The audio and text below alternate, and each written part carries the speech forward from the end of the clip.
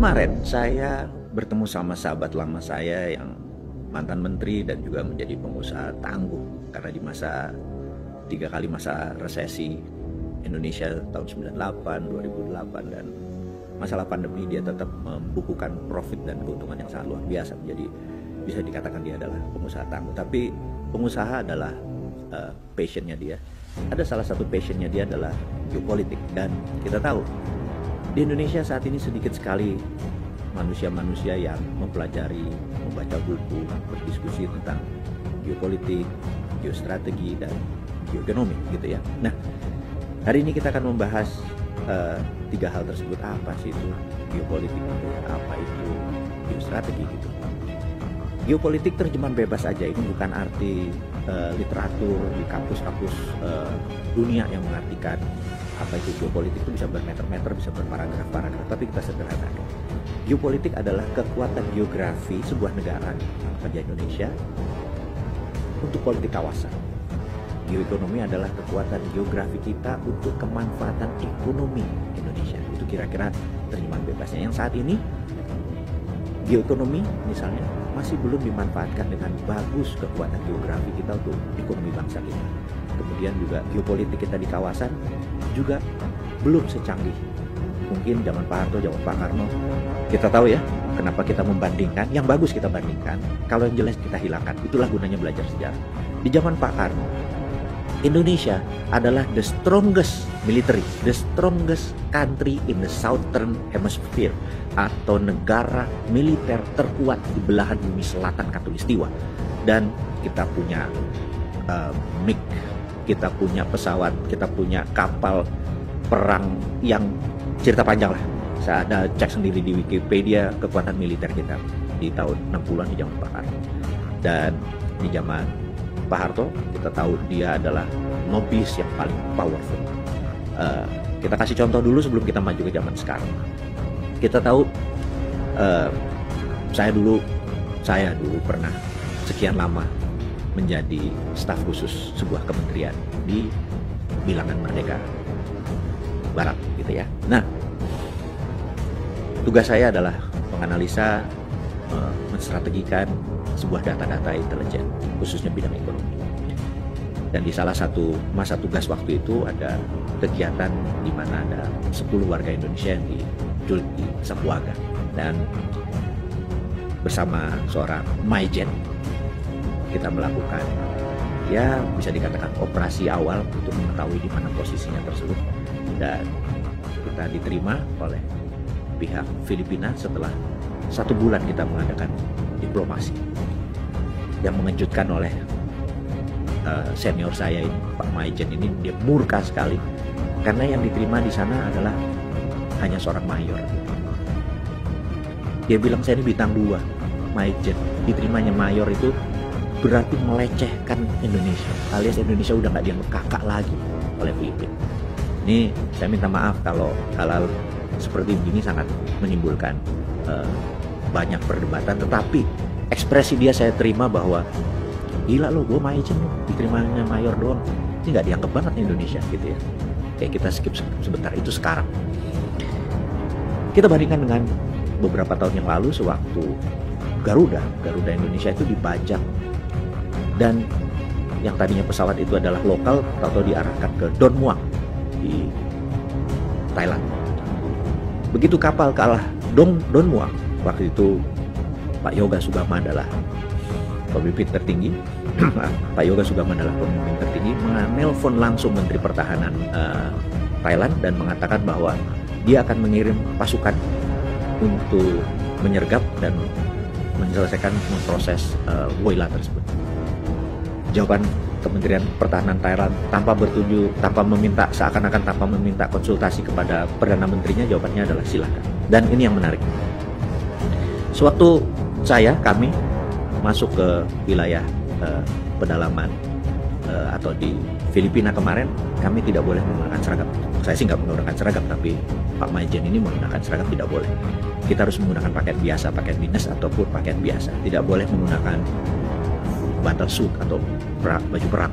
Dan permintaan Pak Yoga untuk Kopassus masuk ke Thailand adalah menggunakan full battlesuit atau baju perang lengkap. Dan di dalam perjanjian internasional yang saya ketahui, begitu militer menggunakan baju perang lengkap, maka itu artinya penaklukan. Artinya kalau Indonesia membawa 100 tentara Kopassus masuk ke Bangkok, masuk ke Don Muang di Thailand dengan full battle suit, itu artinya Bangkok atau Thailand udah ditaklukkan. Tetapi bukan begitu ceritanya. Karena kita menjadi sahabatnya Thailand, kita menjadi kakaknya Thailand, maka kita boleh menggunakan full battle suit. Jadi begitu kapal Garuda itu dengan pembajaknya mendarat, dalam beberapa jam kemudian pasukan Hercules Kopassus mendarat, dan kita tahu setelah itu sejarah dalam 24 jam semuanya selesai. Dan dunia surprise sekali dan mengangkat derajat Kopassus sebagai mungkin pasukan elit nomor 1 di dunia pada saat itu. Indonesia mendapat respect di mata dunia dengan peristiwa Kopassus membebaskan pembajak di Garuda Woyla di Don Muang. Dan kita harus membahas behind the scene-nya. Kok bisa Thailand itu begitu ramahnya dengan Indonesia waktu itu? Nah, kenapa hal itu bisa terjadi? Kita mundur sebentar. Mundurnya bagaimana? Mundurnya adalah begini. Ketika Pak Harto di zaman pemerintahannya membangun pupuk ASEAN Aceh Fertilizer, maka gas itu dipakai untuk ASEAN Fertilizer itu, pupuknya bukan saja untuk Indonesia, tapi sebagian sekian persen diberikan kepada Thailand gratis dan diberikan kepada pemerintahan Vietnam gratis. Apa yang terjadi? Banyak orang protes, kok gratis, mereka harusnya bayar, bukan ini merugikan kita gitu ya. Oh tidak, bagi seorang Pak Harto yang memiliki pemikiran geostrategis yang sangat strategis tadi, maka dia bilang enggak. Apa yang terjadi pada saat Indonesia di musim kemarau? Menarik sekali. Pada saat Indonesia kemarau, beras kurang, apa yang terjadi? Thailand, Vietnam mengirim beras ke Indonesia tanpa minta 1 rupiah pun. Karena itu, di zaman Pak Harto tidak ada kelaparan. Ini karena pintarnya dia melakukan strategi, menggunakan kekuatan geoekonomi tadi untuk mempengaruhi politik kawasan. Nah, kita belajar banyak bahwa setelah generasi beliau, maka hampir dikatakan cara bernegaranya itu tidak keren gitu ya. Nah, New Mind ini akan membawa kembali seperti itu kembali, kedaulatan kawasan. Jadi kalau kita datang ke Filipina ya tidak diterima mayor, majen, kalaupun yang pangkatnya lebih tinggi gitu ya. Juga pada saat kita minta sesuatu, Singapura begini, Malaysia begini, Thailand begini, dia bilang siap kakak, masuk kakak gitu ya. Karena kita saling membantu. Saat ini kita di kawasan belum terlalu direspek lagi. Itu harus dikumpulkan. Itu yang namanya geoekonomi dan geopolitik. Kita pahami kekuatan geografi untuk memanfaatkan kekuatan politik kawasan, menggunakan kekuatan geografi untuk memanfaatkan keuntungan ekonomi. Contoh lagi, kita tahu begitu New Mind mendapat mandat, kalau tadi printing money, sekarang untuk geoekonomi bagaimana? Sahabat semua tahu, dimanapun Anda saat ini pasti tahu bahwa di dunia ini mungkin ada 6-7 selat utama dunia. Selat termasuk terusan itu juga selat. Ada terusan Suez, terusan Panama, di mana yang disebut mereka adalah wilayah utama karena kapal komersial lewat di sana. Di Indonesia ini ada 4 selat utama dunia. Ini yang harus diingat. Kenapa dikatakan 4 selat ini selat utama dunia? Karena memang dilewati oleh kapal-kapal internasional. Kita kasih contoh. Kita tahu negara di utara Indonesia itu ada Filipina, ada Hong Kong, ada Taiwan, ada Korea Selatan, ada Jepang, dan pastinya ada Tiongkok. Tiongkok ini udahlah kita tahu menjadi number 1 producer country, negara penghasil di dunia. Nah, 80% produknya itu pergi ke Eropa, pergi ke Asia Barat, pergi ke Afrika, pasti lewat Indonesia. Kemudian 20%-nya tidak lewat Indonesia karena ke Amerika Utara. Nah, ada sekitar 100.000 kapal setiap tahun lewat selat di Indonesia. Lewat selat di Indonesia.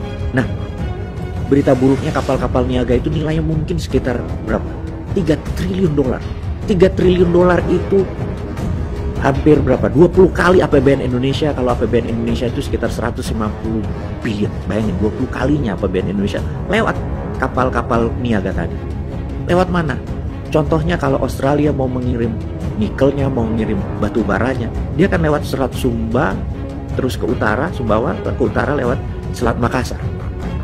Begitu juga kapal-kapal dari Selat Hormuz untuk mengirim minyak, dia lewat Selat Makassar juga ke utara menuju, kita tahu setiap hari ada 18 juta barel yang dibutuhkan oleh China, dibutuhkan oleh Jepang, dibutuhkan oleh Korea, itu semua lewat Selat Makassar. Nah, kalau kapal-kapal Tiongkok atau China itu pasti lewat Selat Malaka, karena itu port kelangnya, Port Dickson, Malaysia, termasuk Singapura, pelabuhannya itu dilewati kapal-kapal mereka. Nah, bisa dibayangkan kita cuma dapat tainya doang, dapat kotorannya doang, nggak ada benefitnya dari kapal itu lewat perairan internasional. Emang ada UNCLOS, memang ada perjanjian itu, tapi UNCLOS itu adalah penjajahan atas wilayah laut Indonesia.